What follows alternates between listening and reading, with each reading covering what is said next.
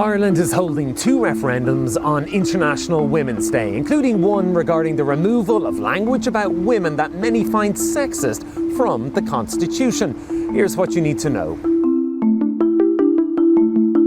There are two referendums being voted on. The one that's grabbed the most attention is being called the Women in the Home referendum. That's because there are two lines about women in the Irish Constitution proving very controversial.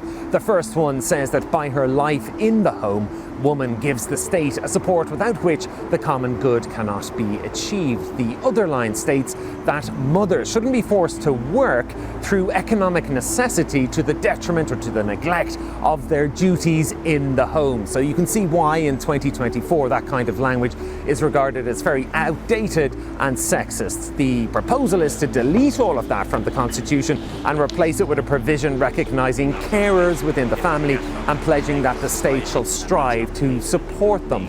The second referendum being put to the Irish people is to expand the definition of a family unit from being based on marriage to being based on what's being called a durable relationship. Now, the exact definition of a durable relationship has not been set, and as expected, the Irish courts will have to deal with that later on.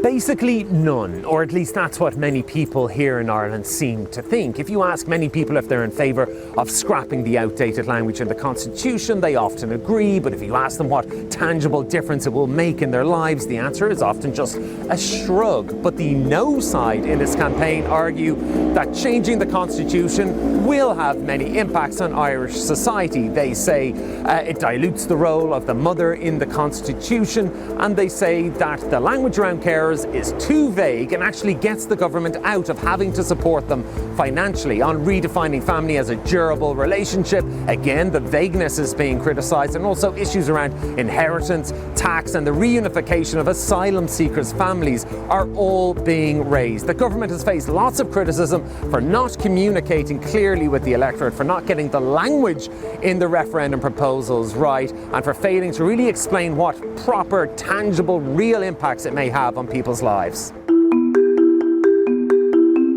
All the polling suggests that they will, but it may be a lot closer than people thought at first. There's a great deal of apathy and confusion here in Ireland about both referendums.